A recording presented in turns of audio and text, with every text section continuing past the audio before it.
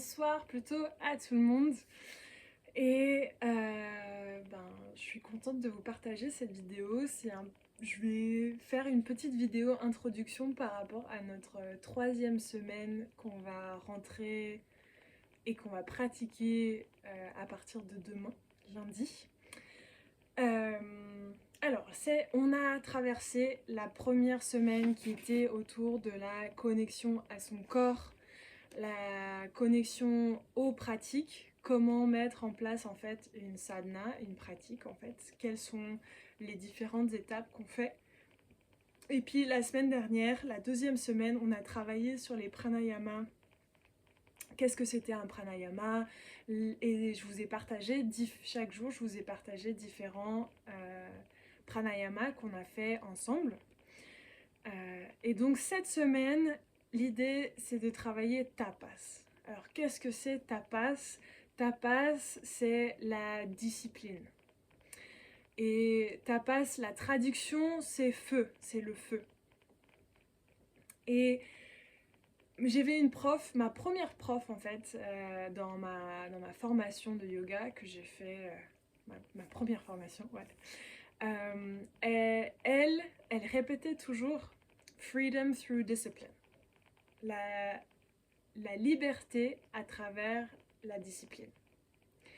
Et au début, c'était quelque chose que j'étais trop à fond dedans et tout. Et c'est vrai que ça m'a pris du temps à comprendre qu'est-ce que ça voulait vraiment dire. La discipline, qu'est-ce que ça demande. Et en fait, au fur et à mesure de mon voyage avec le yoga et la pratique et cette discipline, je vois que la discipline que j'ai cultivée au fur et à mesure du temps, c'est pas vraiment la discipline d'une seule pratique. Dans le sens où j'ai pas tout le temps fait ces derniers 8 ans des salutations au soleil, des kriyas, des pranayamas, de la méditation. Voilà. Mes journées ont beaucoup changé, mes années ont beaucoup changé, j'ai beaucoup évolué, j'ai eu des vagues, j'ai eu des périodes où j'ai vraiment pratiqué tous les jours. J'avais une période, et c'était génial, hein, où j'avais la possibilité de pratiquer je me donnais 2 à 3 heures le matin où je faisais ma pratique et je faisais que ça et c'était hyper cool. J'avais tout plein de trucs que je faisais et c'était mon rituel du matin. Aujourd'hui, ça ressemble différent. J'ai traversé d'autres réalisations et d'autres apprentissages aussi à ce qui me donne envie, ce que mon corps aurait besoin aujourd'hui, de ce que moi j'ai besoin aujourd'hui. Et donc je remarque qu'en fait la discipline, au fur et à mesure du temps, c'était pas envers la pratique, parce que ça commence avec ça. Mais aujourd'hui, ma discipline, c'est vraiment à pourquoi est-ce que je monte sur mon tapis tous les jours? Qui est-ce que ça aide quand moi je fais ma pratique tous les jours? Comment est-ce que ça m'aide, moi, à monter sur mon tapis tous les jours? C'est quoi les bénéfices? C'est quoi le pourquoi derrière? Et c'est ça en fait. Au début, on se dit, je me mets sur mon tapis pour que je puisse travailler ma mobilité, ma concentration, ma force, mon équilibre, ma flexibilité. Et puis tout d'un coup, ça évolue et ça change et la discipline devient là parce qu'il y a quelque chose de plus. Parce qu'on remarque que quand on monte sur son tapis et on fait ses pratiques, ça a un impact sur les gens autour de nous. Que quand on fait ces pratiques, quand on a ces moments de silence intérieur, on arrive à être présent pour les autres. On arrive à être présent pour nos émotions et tout d'un coup, en entendant nos émotions, on arrive à être présent pour les émotions des autres, pour ce que eux ils sont en train de traverser. Et donc cette discipline, en fait, c'est hyper beau et ça évolue. Donc dans ce voyage de 4 semaines à travailler votre discipline, je me rends compte que, et j'ai vécu ça dans ma vie, où souvent on va se dire ouais je vais travailler un truc et je vais y arriver, et puis à partir de 15 jours, euh, 3 semaines, 21 jours, tout d'un coup on se dit ah mais c'est dur, ah mais me lever tôt c'est difficile, ah mais faire la même chose, la même pratique encore, c'est ennuyant, comment est-ce que je peux faire ça plus intéressant et tout.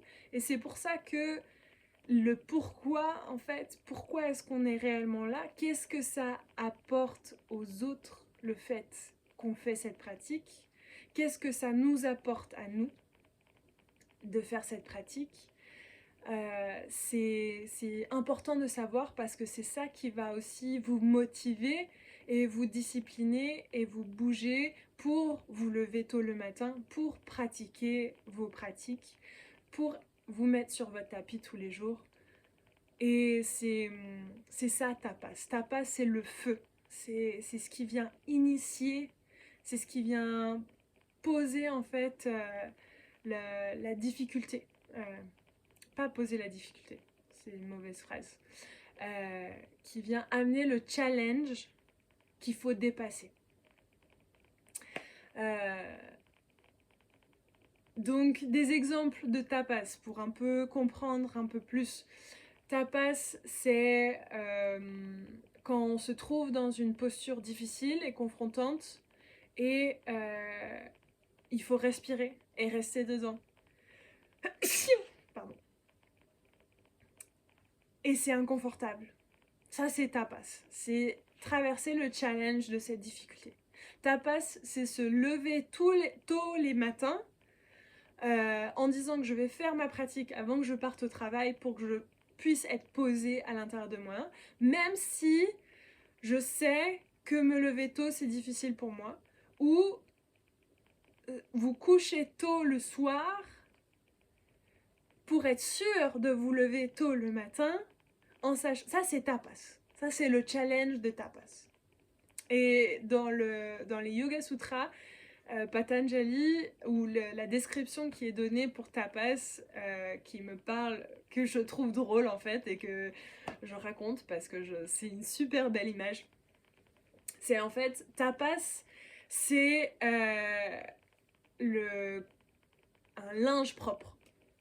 En fait, quand ton linge est sale, on va pas juste, si on veut le ranger, et qu'il est sale, notre linge, on va le laver.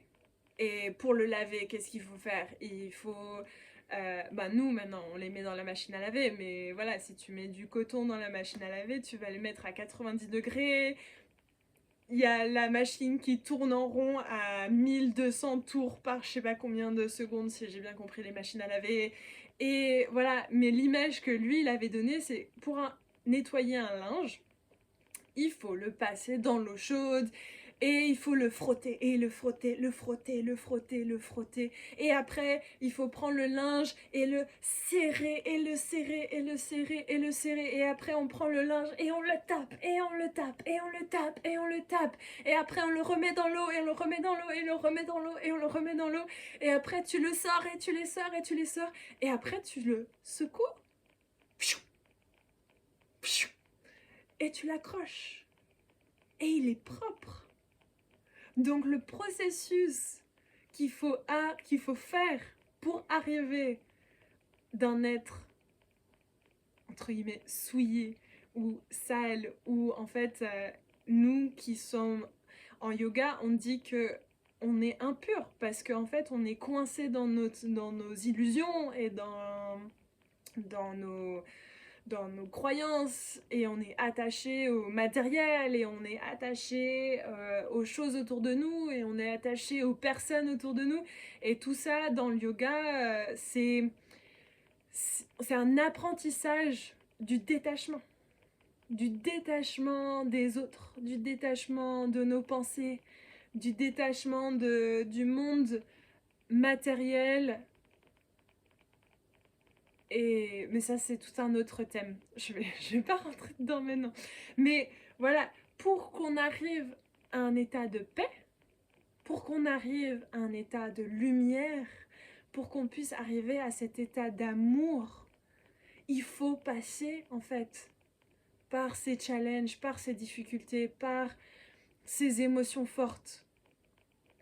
On ne saurait pas ce que c'est l'amour s'il n'y avait pas la haine ou la colère. On ne saurait pas ce que c'est la compassion si on n'avait pas la mécompréhension de l'autre ou les blessures. Et en fait, on arrive sur Terre en ayant tout oublié de tout ce qu'on sait à travers toutes nos vies. Et on arrive ici sans savoir rien parce qu'il faut réapprendre. Et de se rappeler de toutes les choses qu'on sait déjà. Qui sont notre lumière, notre foi, notre amour inconditionnel qui vibre à travers tout le monde.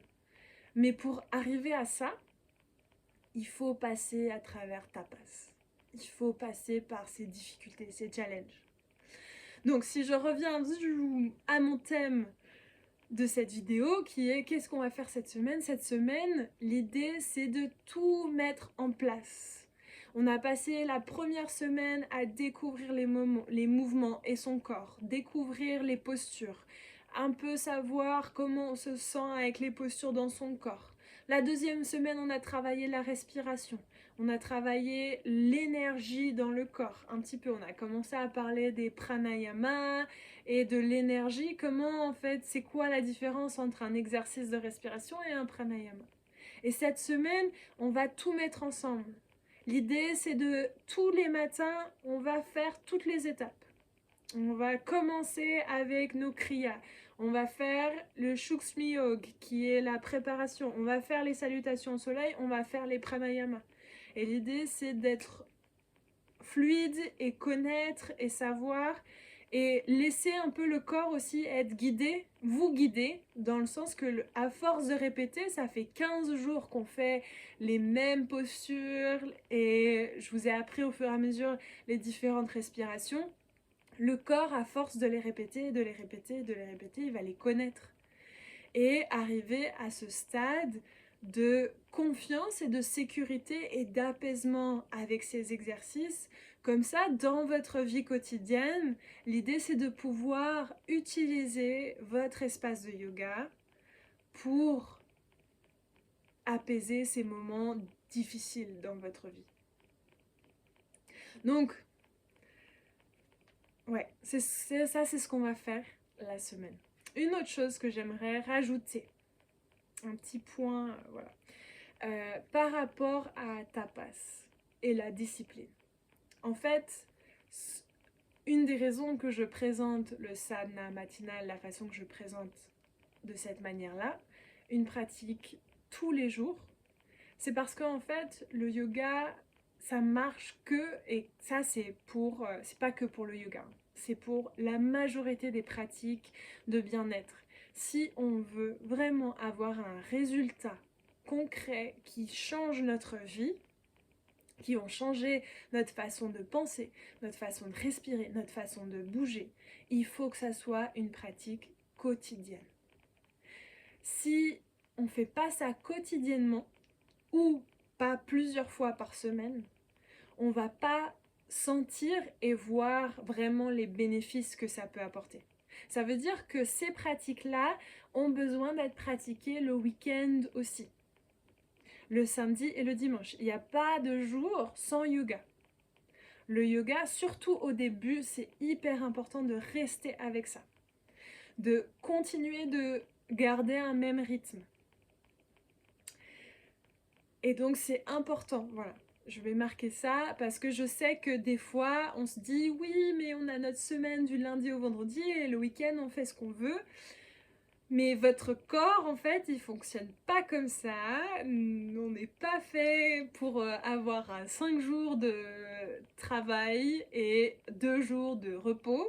Non, le corps, malheureusement, désolé, le corps, il marche pas comme ça. Nos corps, par contre, ils sont cycliques. Qu'on soit homme ou femme, notre corps sont cycliques. On va avoir des périodes dans la journée où on va être créatif. On va avoir des périodes où on aura besoin de repos. On va avoir des périodes où on va avoir besoin de bouger. Et ça, c'est pour tout le monde. Par contre, ça va ressembler différemment dépendant de la personne. Et donc, c'est apprendre à s'écouter soi-même. Et quand je dis yoga tous les jours, ça ne veut pas dire la structure stricte que moi je propose tous les jours. Moi, je vous propose une manière de faire. Quand moi, je pratique pour moi-même, j'ai des journées où mon yoga, c'est de lire un livre qui m'élève, qui me donne de la joie, qui m'apporte du bonheur, qui m'apprend quelque chose. Ça, c'est un type de yoga. C'est... comment ça s'appelle? Jhana. Jhana yoga. Le yoga de... Ah, comment? J'allais dire éducation, mais c'est pas le mot. C'est de l'apprentissage, c'est du savoir. Le yoga du savoir. Ça peut être se balader, tu vois, sortir et se balader en silence, sans son téléphone. Sans téléphone. Parce que c'est important de se déconnecter. Et donc d'aller se promener, ou s'asseoir dans son jardin, ou dans la nature autour de nous, ça c'est du yoga. De faire un super bon repas et de le partager avec ses amis, ça c'est une forme de yoga. De faire un super bon repas et de le manger pour soi-même en silence et apprécier tous les goûts et les saveurs et tout ça, ça c'est du yoga.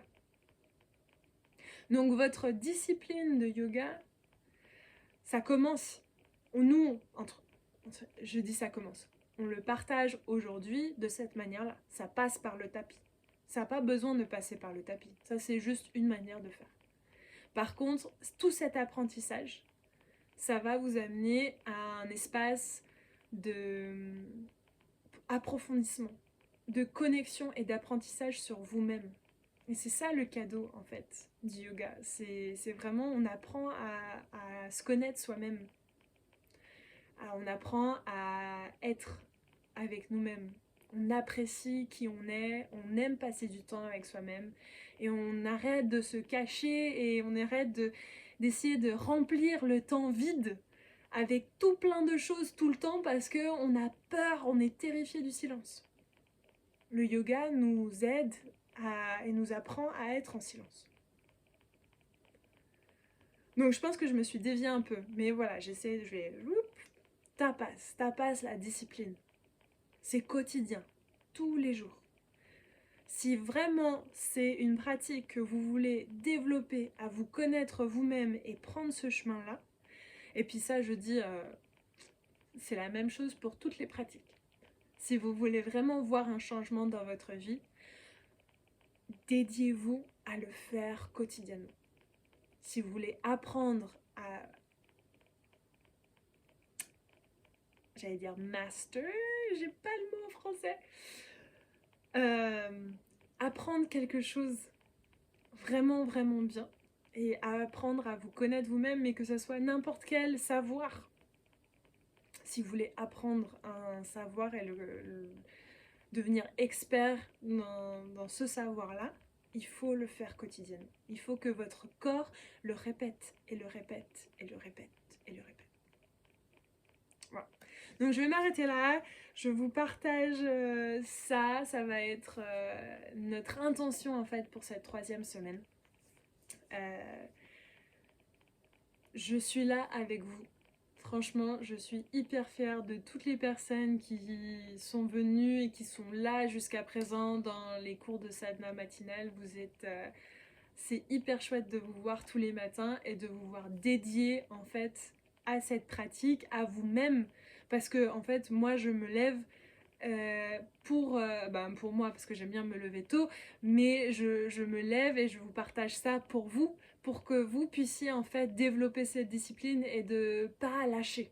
Ne lâchez pas.